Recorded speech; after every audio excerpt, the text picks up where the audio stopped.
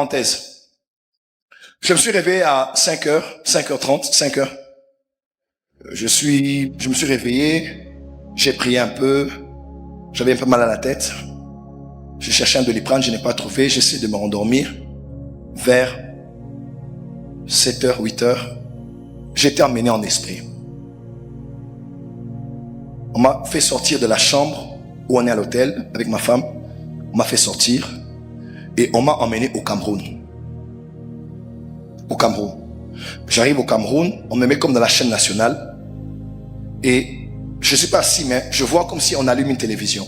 Et j'entends des gens comme murmurer. On dirait que c'est des gens qui m'ont mené là. Pas une personne, on dirait un groupe de gens, mais qui murmuraient, je n'entendais pas la voix. Je savais que c'est des êtres spirituels, des êtres célestes. Et on allume la télé et je vois clairement, on me dit, et je vois, on annonce qu'il y a un immeuble qui a été incendié et on me parle de immeuble Tongo. Tongo, T-O-N-G-O. T-O-N-G-O. On m'a dit immeuble, on disait immeuble Tongo, incendie, il y avait un feu terrible. Alors on me reprend, on me ramène dans la chambre. Bon, les prophètes peuvent comprendre ce que je veux dire. Et je sors de la vision. Je vais sur Google, je tape immeuble Tongo, je vois 2-3 références sur internet, mais il n'y a pas d'histoire d'incendie ou quoi, que je connais même pas. J'écris à des Camerounais que je connais, ils me disent si il y a une ville qui s'appelle Tongo, quelque part qui s'appelle Tongo. Et j'ai jamais entendu parler de ça. Et jusque là, je mentirais si je dis que Dieu m'a expliqué. Soit c'est vraiment un immeuble Tongo qui est sur le point d'être incendié et les gens vont mourir en grand nombre. Soit c'est l'immeuble représente quelque chose qui représenterait quelque chose attaché à Tongo. À Tongo. À Tongo. Donc priez pour le Cameroun. J'ai vu ça ce matin à l'hôtel. C'était clair. J'ai écrit à beaucoup de gens. Je les ai écrits. Je les ai fait des audios pour les expliquer. Sur les gens du Cameroun. Est-ce que vous connaissez Tongo? Ils m'ont dit oui, il y a une ville, tout ça. Donc, mais j'ai vu ça et quand vous pourrez prier la journée, priez pour ça. Ceux qui nous suivent sur internet, priez pour Tongo, immeuble. On m'a emmené en esprit ce matin et j'ai vu cela clairement dans mon esprit. Ma prière ce matin, que Dieu te garde et te préserve. Que Dieu te donne des personnes qui ne sont pas des fanatiques, mais des gens qui t'aiment suffisamment pour te dire la vérité.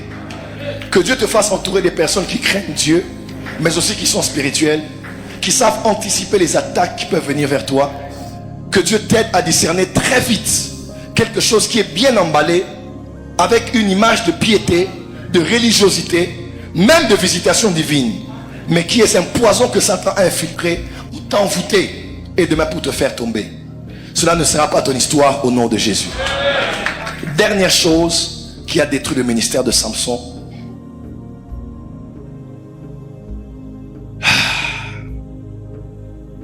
Dernière chose qui a détruit le ministère de Samson, prophète Paulin.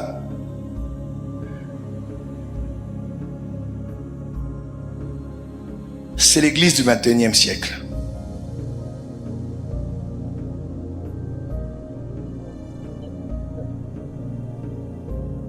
Dernière chose qui a détruit le ministère de Samson, c'est l'église du 21e siècle.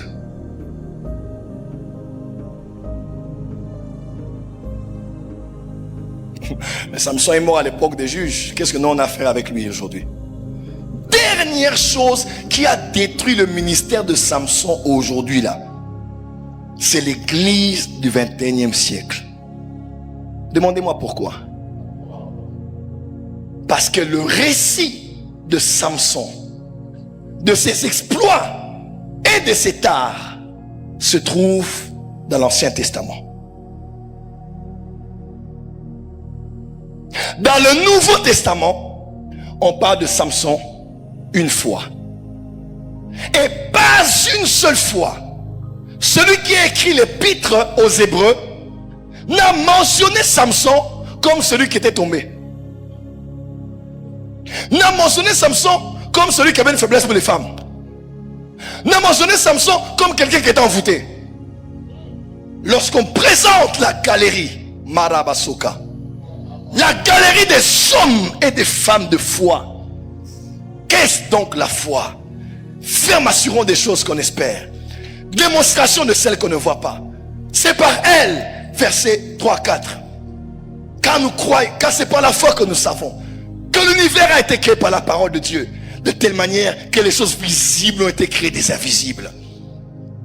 On cite les noms des héros de la foi.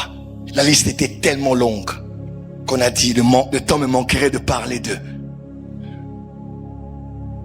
Gédéon, de Jephthé et de Samson. Le Nouveau Testament n'a jamais témoigné en mal sur Samson. On l'a parlé comme un des hommes d'exploit qui par la foi a accompli des exploits avec Dieu. Mais aujourd'hui, en commençant par mon thème de cette masterclass que j'ai donné, qui est cet homme qui donnera à son fils le nom de Samson sans avoir peur qu'il tombera avec une femme? Et pourtant, on est très dur envers Samson comparativement à David. Nos enfants s'appellent David. Nos enfants s'appellent Pierre. Ah, est-ce que je peux parler ce matin? Nos enfants s'appellent Pierre. Nos enfants s'appellent David. Nos enfants s'appellent Jephthé. Nos enfants même s'appellent Salomon. 3000 femmes. Mais on appelle son enfant Salomon. Mais tout le monde a peur. Ainsi dit l'Éternel, cet enfant s'appellera Samson. Oh papa. Parce qu'on a dans la tête l'église du 21e siècle est rancunière envers Samson. On dirait que c'est lui qui avait tué Jésus. Qui a tué Samson aujourd'hui là? C'est moi qui prêche sur ça. C'est toi qui as peur de donner le nom à ton enfant. Parce que malgré le mal qu'il avait fait, il avait été à la fin de sa mission. Il a tué à sa mort plus de Philistins qu'il n'en avait tué de son vivant.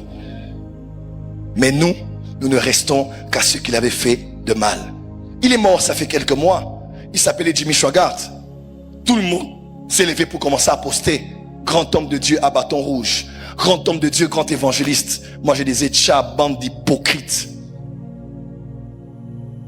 Parce que de son vivant, on continue à prêcher. Fais attention, tu tomberas comme Jimmy Swaggart. Il y a un homme de Dieu à bâton rouge. Dieu l'avait élevé et puis il est tombé. Faites attention, nouvelle génération. Il était tombé. Mais n'avez-vous pas appris que ça fait plus de 30 ans qu'il s'est repenti? Qu'il a l'église? Il gérait l'église? Il jouait au piano? Il composait les cantiques? Il continuait à prêcher? Qui a tué Jimmy Swaggart? C'est nous qui avons tué Jimmy Swaggart. C'est nous. C'est nous l'église. Où sont ces hommes qui ont dit il était tombé, on prend notre frère, on relève notre frère? Qui voulait l'inviter encore?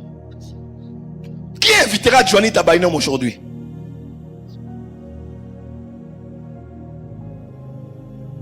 Si David était là, on allait l'inviter. Samson, on allait avoir peur. Parce que c'est un mangeur de sœurs. Et le frère là, la belle sœur de l'église, David, c'est de tomber avec elle. Mais David, on aurait dit David, viens. Nous avons été extrêmement durs envers Samson par rapport aux autres. Église, corps du Christ, je termine en disant ceci. Des fois, il y a des hommes qui ne sont pas morts parce qu'ils ont fait du mal. Mais c'est parce qu'on les a maltraités après qu'ils se soient repentis. On a été extrêmement dur envers eux. On les a isolés parce que l'opprobre de leur chute, la notoriété de leur honte fait en sorte qu'on ne peut plus s'afficher avec eux. Ils ne sont plus dignes. Toi, tu es digne? Qu'on prenne ton téléphone, qu'on le branche à l'écran ici pour voir qu'est-ce que tu as. Toi, tu es digne? D'autres gens ne nous dépassent pas en crainte de l'Éternel. Ils nous dépassent en cachotterie. Nous sommes les cabisons dans Baranzamete. Les cabisons dans le Batama. Toi tu es tombé ici là, à côté là, on t'a coincé. Lui il tombe au Canada. Lui il tombe il va loin quelque part là-bas, Kansas City. C'est là-bas qu'il tombe avec quelqu'un. Mais il revient ici, la crainte de l'Éternel. Ne nous jugeons pas les uns les autres. Jugeons-nous nous-mêmes durement.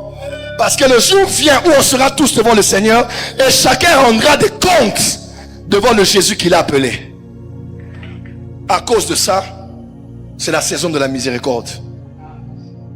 Heureux les miséricordieux, car ils obtiendront miséricorde.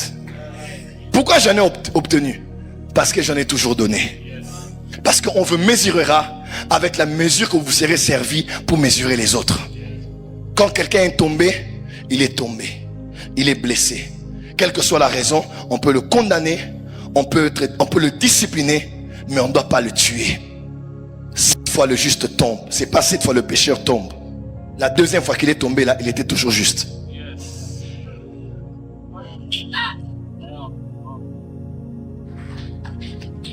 Jimmy Swaggart est mort. Et c'est nous qui l'avons tué. Isolé. Et quand il meurt, tout le monde vient comme connaissant l'histoire. Il fait un grand homme de Dieu. Il prêcha la parole de Dieu. Qui parlait de lui en bien toutes ces années? Personne. Nous sommes des hypocrites, nous, l'église. Nous n'aimons que ceux qu'on décide d'aimer. Et nous isolons que ceux que nous décidons d'isoler. Et pourtant, ils sont toujours des membres du corps du Christ. S'il vous plaît, le Lubumbashi, pardonnez. Pardonnez. Restaurez. Relevez. Ésaïe 42. Ce serviteur en qui le Seigneur prendra plaisir, il n'éteindra pas la mèche qui fume encore. Il ne brisera pas le roseau cassé. Quand quelqu'un est déjà à terre, nous aujourd'hui on est spécialiste pour tirer sur des ambulances. Dis à ton voisin, on ne tire pas sur l'ambulance. Satan a déjà frappé notre frère, a déjà frappé cette église. Aujourd'hui, quand quelqu'un a un problème, tout le monde est content. Quand on publie ça, allez, est-ce que tu as appris? Tu as appris? Tu as appris? Tu as appris? On a beaucoup d'accusateurs et peu d'intercesseurs. Moi, j'ai décidé d'aider les frères. Moi, aucun homme de Dieu ne tombera sous ma main. Personne ne tombera parce que c'est moi qui l'ai exposé. Ou j'ai payé quelqu'un pour qu'on expose quelque chose de mal qu'il a fait. Je ne serai jamais complice de Satan pour attaquer le corps du Christ. On a des pasteurs qui envoient des militaires pour tuer des pasteurs. Des pasteurs qui empoisonnent des pasteurs. Oh, viens avec ton micro. Hey, qu'est-ce qui nous est arrivé? Donc ton propre frère, moi mon frère d'alliance là, tu vas prêcher chez lui avec ton micro. C'est pas mauvais, mais dans la tête, on te dit à papa, frère attention.